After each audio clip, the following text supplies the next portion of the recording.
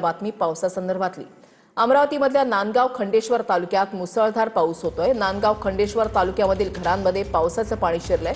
नागरिकांच्या घरातील सर्व साहित्याचं मोठं नुकसान झालेलं आहे।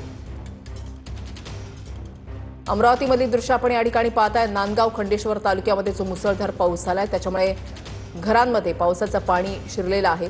घरातल्या साहित्याचं मोठं नुकसान झालेलं आहे। जनजीवन विस्कळीत झालेलं आहे। लक्ष्मण जाधव आमचे प्रतिनिधी अधिक माहिती देतील। लक्ष्मण, कुठल्या भागामध्ये तुम्ही आहात आणि काय परिस्थिती आहे?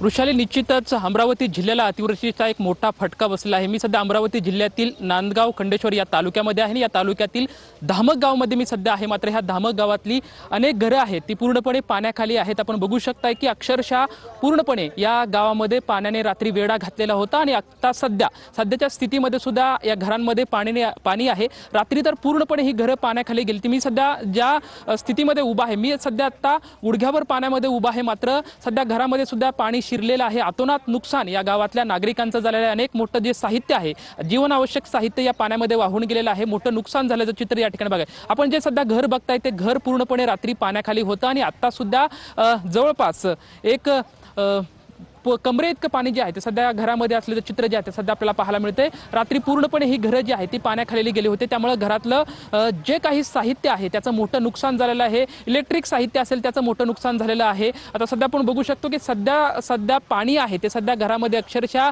कमरे इतकं पाणी जे आहे ते सध्या घरामध्ये साचलेलं आहे। त्यामुळे अनेक घरांचं जे नुकसान जे आहे ते या धामक गावामध्ये झालेलं आहे। त्यामुळे नागरिक हवालदिल झाल्याचे चित्र जे आहे ते सध्या या ठिकाणी आपल्याला पाहायला मिळते। आपण बघू शकतोय की आता सध्या हे पूर्णपणे जे काही जे वाहन आहे ते सुद्धा पाण्याखाली आहे। त्याचबरोबर ती घर जे आहे ते पूर्णपणे पाण्याखाली गेलेलं आहे। आपण नक्कीच धन्यवाद लक्ष्मण दिलेल्या सविस्तर माहितीसाठी।